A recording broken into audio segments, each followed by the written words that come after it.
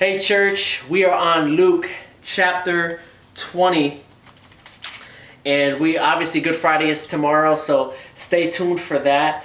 But we've been reading through the Gospel of Luke, and you can check through the playlist and catch up if you've missed anything. This has been an overview of a study, just a very basic practical applications that we're pulling out of the Bible and questions that we may have about words, about people, about characters in the Bible. While also looking at Jesus the entire way through, looking at what he said, what did he mean, what did he do, and why he did what he did and said what he said. This is the beauty of studying Scripture, is you got to look for Jesus. He's the point of this whole thing. And Luke took a detailed account of this as we've been reading through. So we're in Luke chapter 20, and this chapter for me, I've marked it as the authority chapter. It is a chapter which Jesus begins to not only demonstrate, because he's been doing it throughout, but he begins to talk about it more, having done discourse about his authority. Look at the first couple of verses in chapter 20. One day Jesus was teaching the people in the temple and preaching the gospel. The chief priest, meaning the big shots, and other scribes, these were the lawyers of the time, of the scriptures, they focused and made sure that the law and all the laws were obeyed, right? Okay.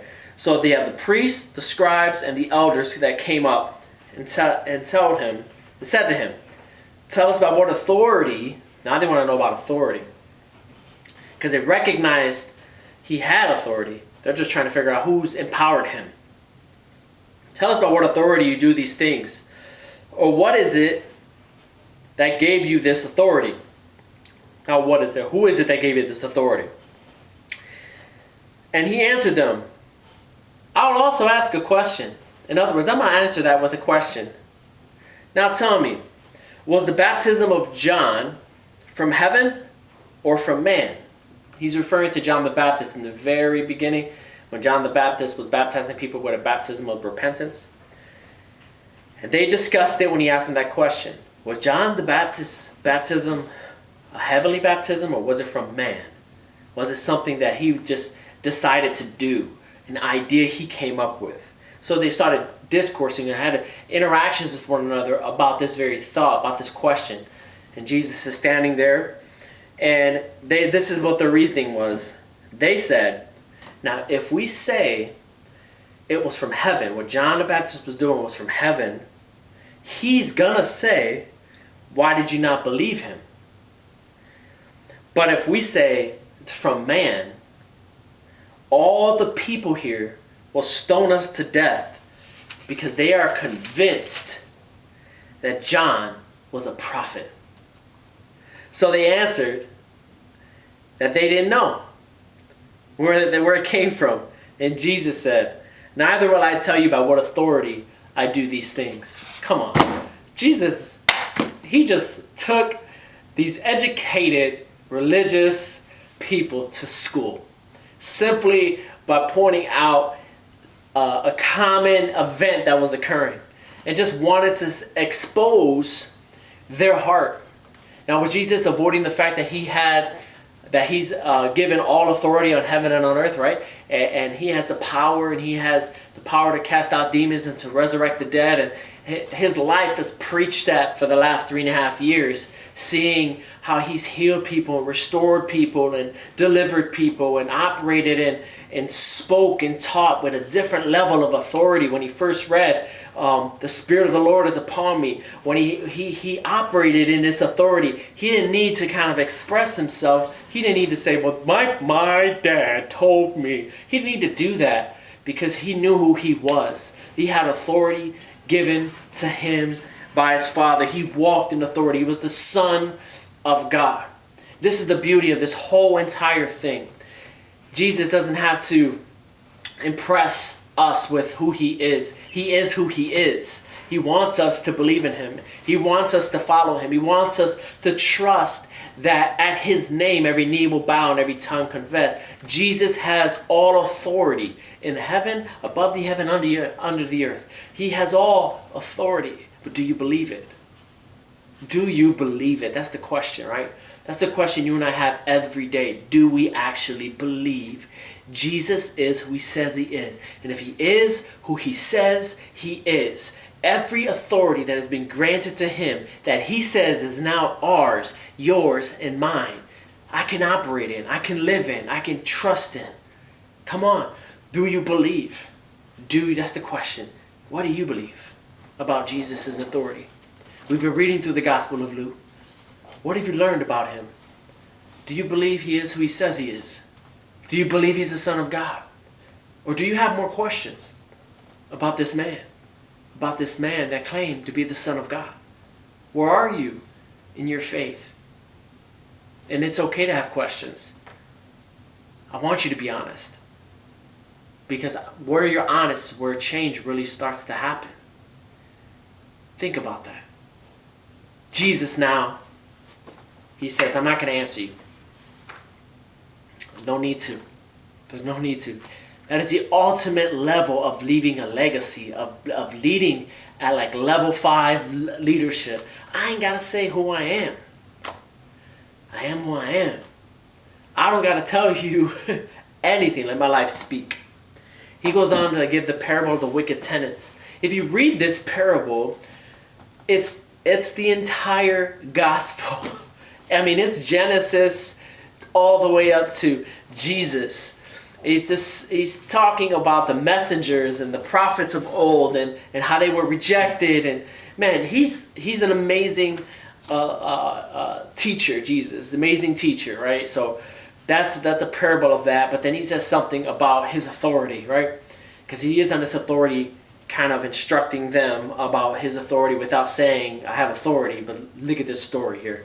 And then he uses a passage that's very popular. He talks about the cornerstone, and he quotes an old passage in the Old Testament, and he says, the stone that the builders rejected has become the cornerstone. This is a building term. Cornerstone was the toughest point. This is where you start when you build, and he said, everyone who falls on that stone will be broken to pieces. We're supposed to stand on Jesus. We're supposed to trust Jesus. We're supposed to hold on to Jesus, to lean on Jesus. And he says that when it falls on anyone, the stone, it'll crush him. Don't buck against Jesus. When he asks you to do something, when he asks you to, it's not even worth it. Don't do it, right? So then he goes on to talk about paying taxes to Caesar. They asked about Caesar. And this is earthly authority.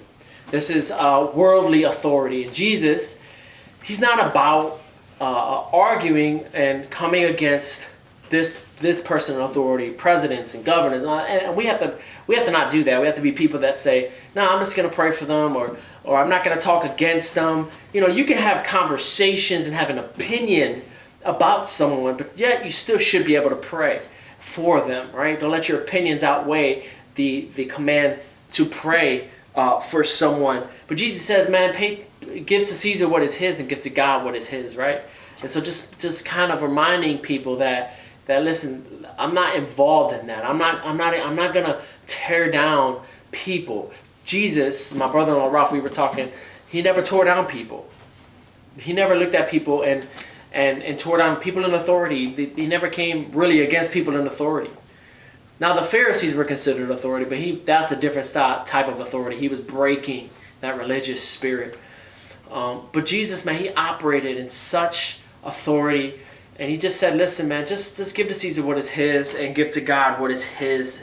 And then the Sadducees enter the Sadducees and the Scribes, and they start asking him about the resurrection and who's the Son of God. And then Jesus said, man, beware of the Scribes. And he ends the chapter by talking about like a warning, like beware of these religious people that want the best places to sit. They want their names in the lights. They want all the fame, and they put heavy burdens on people. But yet just beware of the scribes. They devour widows. They don't care for them. They eat them up. You know, they wear them out. You know, he says this, and in pretense they make long prayers or fancy, and they do all of these things. They'll receive their greater condemnation. He just says beware of them.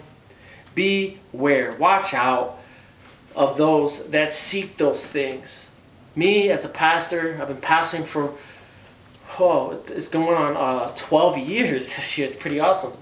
But what I've learned is one of the leadership things that always stick out to me is watch out for people that are banging on the door for a leadership position. Those things are always a red flag for me. Why? Because when you're a leader, you don't shun, you step into that calling, but you avoid asking for more responsibility, if I'm honest, because you know the demand of leadership is intense when it comes to spiritual things. And you know that God holds us accountable.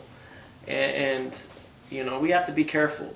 We have to be careful. And that comes in all shapes and sizes. We have to be careful to not want the best, the first, even in our families and in our homes.